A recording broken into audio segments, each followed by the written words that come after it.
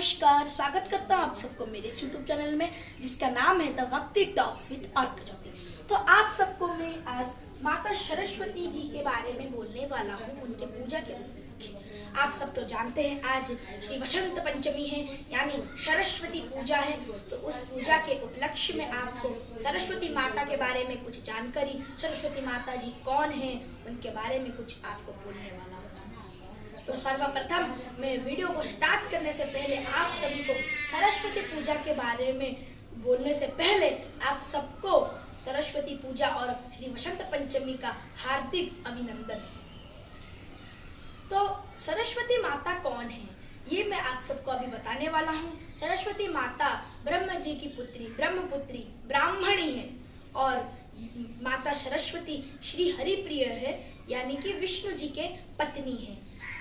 आपको जो संकोच रहता है, प्रश्न रहता है, उसके बारे में भी मैं आप सबको बोलूंगा, पर मैं आप सबको बोल दूं माता शारदा या फिर विद्या वाहिनी, विद्या की देवी, बुद्धि की देवी माता सरस्वती को ही कहा जाता है। माता सरस्वती के हाथों में वेद रहते हैं, पद्म के पुष्प रहते हैं, आशीर्वाद मुद्रा होता है और उनका वीणा रहता है, इसलिए उनको वीणा वाहिनी, हंस वाहिनी भी कहते हैं। तो मैं आप सबको अभी एक प्रश्न जो समाज में हर कोई को आता है कि माता सरस्वती जी के पति कौन है, वो किसके पत्नी है, ये प्रश्न सारे समाज को आता है जब सरस्वती माता जी का नाम आता है।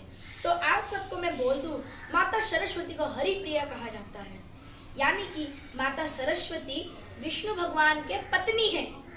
वो ब्रह्मा जी की पुत्री है, पर हरिप्रिया यानी विष्णु भगवान के, पीताम्बर भगवान के पत्नी है। और आप बोलेंगे तो फिर वो विष्णु लोक में ना रहकर ब्रह्म लोक में क्यों रहते हैं? तो इस प्रश्न का उत्तर मैं आप सबको दे रहा हूँ।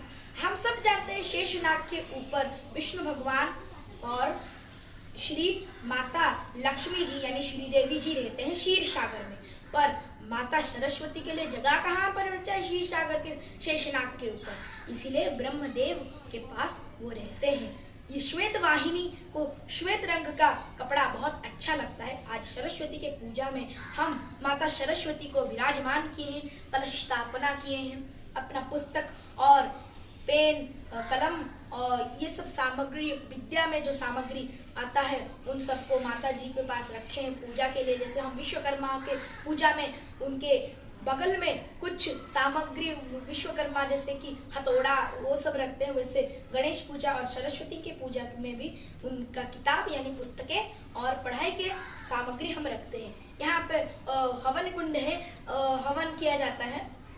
तो अभी मैं आप सबके उनके बारे में कुछ जानकारी दूंगा। तो मैं आप सबको पहला जो जानकारी देने वाला हूँ उसका नाम है कुंभकर्ण कथा। माता सरस्वती अनेक राक्षसों के गले पर बैठकर इस जगत का मंगल की है। वैसे कुंभकर्ण का भी एक कहानी है। रावण, विभीषण और कुंभकर्ण तीनों ब्रह्मदेव जी को प्रसन्न करने के लिए वर प्राप्त के हेतु माता सरस्वती के पति ब्रह्मदेव का आराधना कर रहे थे। इंद्र को पता था कि कुंभकर्ण उनसे वर के तौर में क्या मांगेंगे, वो उनको पता था। वो कुंभकर्ण उनसे इंद्रासन की मांग करेगा, ये बात उनको पता था।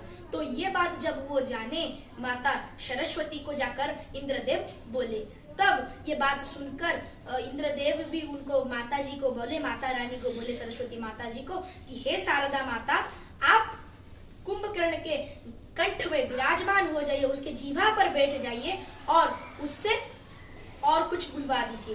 तो वो जगत के हित के लिए माता सरस्वती कुंभकर्ण के जीवा पर बैठ गए और उससे इंद्रासन को निद्रासन कर दिए, जिसके कारण वो 6 महीने सोता है, एक दिन जागकर दुनिया का दर्शन करता है, फिर 6 महीने सो जाता है।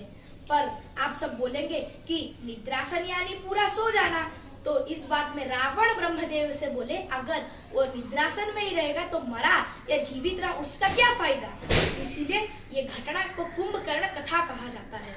तो अभी मैं आप सबको माता सरस्वती के बारे में बोलूंगा, जिस दिन उनके जीवा पर छाले पड़ गए थे। तुलसीदास के जो कुटिया है उसको माता सरस्वती का धाम कहा जाता है। ये बात हम सबको ही जानते हैं। पर वो एक दिन कुछ ऐसा घटना हुआ, जब वो रामचरितमानस लिख रहे थे तब कुछ कारण के लिए वो शब्दों को काट दिए थे, और जिस शब्दों को काट दिए थे इसीलिए माता जी के जीवा पर छाले गिर गए, क्योंकि पुस्तकों को माता जी का कंठ का जीव कहा जाता है, इसीलिए ये चीज हुआ और छाले पड़ गए। ये बात वो तो माता जी तो मूर्ति में थे, तुलसीदास को कैसे पता चला? क्योंकि माता जी हमेशा तुलसीदास के घर के भोग को ग्रहण कर लेते हैं, तो वो ग्रहण करते हैं, इसीलिए 3 दिन तक माता जी कुछ खाए नहीं। तुलसीदास ने माता रानी को पूछे कि माता आप क्यों भोग ग्रहण नहीं कर रहे? तो वो बोले कि तू पुस्तक में जो शब्द काट दिया था इसके कारण मेरे जीव में छाले पड़ गए, इसीलिए मैं खा नहीं पा रहा हूँ, और इसीलिए तब से पुस्तक को माता जी का ही अवतार यानी रूप कहा जाता है। मैं आप सबको बोल दूं कि पहले हमको विद्या पर क्यों मान्यता रहना चाहिए, सरस्वती माता पर क्यों मान्यता देना चाहिए, धन धान्य में क्यों नहीं मान्यता रहना चाहिए, ये बात मैं आप सबको अभी बोलने वाला हूँ। और मैं आपको ये सब भी बोलूंगा कि माता रानी वहां पे रह सकते थे वैकुंठ धाम में, पर क्यों नहीं रहे। तो मैं पहले आपको बोल दूं कि माता रानी यानी माता सरस्वती और माता लक्ष्मी सौतन है, ये सब हम जानते हैं। सौतन का एक स्थान पर कभी इतना देर तक टिक पाना असंभव होता है, इसीलिए वो वहां रहते हैं। और कहा जाता है पहले सरस्वती जी को आराधना करने से धन धान्य दौलत यानी लक्ष्मी खुद ब खुद आ जाता है, इसीलिए विद्या को पहले रूप देना चाहिए। और मैं आप सबको अभी बोल देता हूँ कि माता सरस्वती के अवतार ये पुस्तक को ये जो पढ़ाई का सामग्री होता है उन सबको उनका स्थान हमेशा चटाई के ऊपर रहता है, और धन धान्य का स्थान रहता है हमेशा बिस्तर पर। अभी आप सबको जानते हैं जो भी महान पुरुष बने हैं वो सरस्वती के कारण बने हैं, क्योंकि अगर सरस्वती का दया किसमें ना हो तो ये दुनिया कभी चलता नहीं है। सरस्वती जी के कारण आर्यभट्ट के सर पर एक ख्याल आया और वो जीरो यानी शून्य का आविष्कार किया, और वाल्मीकि ऋषि के कारण ही उनके दया से ही ये समग्र संसार का प्रथम कविता बना, वरना ये धरा पृष्ठ में ये पृथ्वी में कविता का नाम का कोई एक चीज नहीं होता। वो कविता क्या था वो मैं आपको पिछले वीडियो में भी बोला था, फिर भी मैं आप सबको बोल दूं कि मानिषाद प्रतिष्ठा त्वं मगमः शाश्वती समाहं यत् क्रोंच मिथुनादिकम्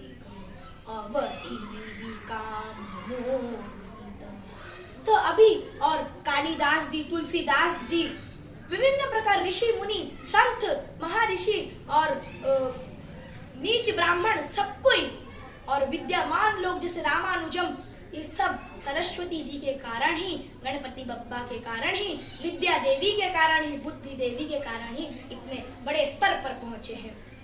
तो आप सबको मैं अनुरोध करता हूँ कि माता सरस्वती को कभी भी अपमानित मत करिए और उनका आराधना करिए, जिसके कारण आप सभी को धन धान्य का कमी भी ना हो, लक्ष्मी आपके घर मध्य आए, विद्या मध्य आपके घर आए।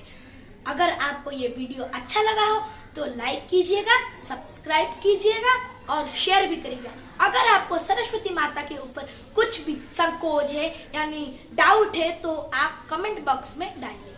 धन्यवाद।